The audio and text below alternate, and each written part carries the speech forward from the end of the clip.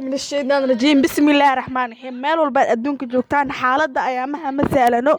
ayaamahan aqru samaan ayaa soo dhawa isleeyahay meel waliba dagaal ka socdo runtii xaaladaha ayaamaha way qasan yihiin ilaahay carada noo daji seetaa maanta muuqaal degdeg ah ku soo galay Iran noqday muuqaalkan aad baa ugu xanaaqsan runtii social media arin xun baan ku arkay maalmaha dambe dagaalka ku mashquulsanaay arintaas xunka ah ku arkay social media ayaa waxay ahayd laba naag oo isla qabo oo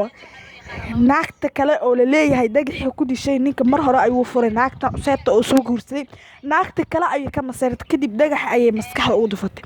waxaan leeyahay muuqaal cadeen ah gabar ka hadlayso bar iga dhageysta kadibna reaction kan ku aadan ayaa ka bixinayna insha Allah laba mid lagu yaqaana naagta kureejada leh kartida leh laba mid ayaa lagu yaqaana ma taqaana ama ninkay iska furtaa oo kaas bay ku dhigtaa madaxeega isii bay dhahdaa si kasta u jeceshahay go'aan ay ka qaadataa ya ama maxaa kugu daraya ya ama saddex hadduu arooso ya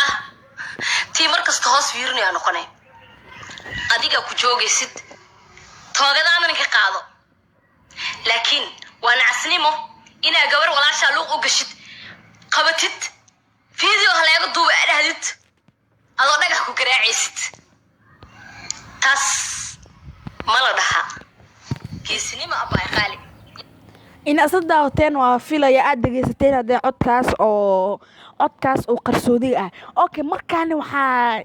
muuqaal kan qaybtiisa dambe ayaa soo dhigay qaybta ugu dambeeysa ayaa soo dhigay Sheekh Badbaado arintaas ka hadlay oo waliba si kulul uga hadlay muuqaalka qaybtiisa ugu dambeeysa ayaa soo dhigay okay marka waxaan rabaa marka in aan reaction-keyga ku aadan arintaas argagax leh ee ka dhacday dalkeena Soomaaliya in aan reaction-keyga ka bixiyo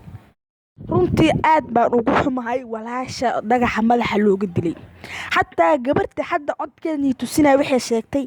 in ay gabar mobile u dhiibatay ee dhahdo mobilka iga duub taas ma la dhihi karay dhahday geesnimo waxa la dhihi karaa barxadda in liis keeno oo wax la iska duubnaa geesnimo la dhihi karaa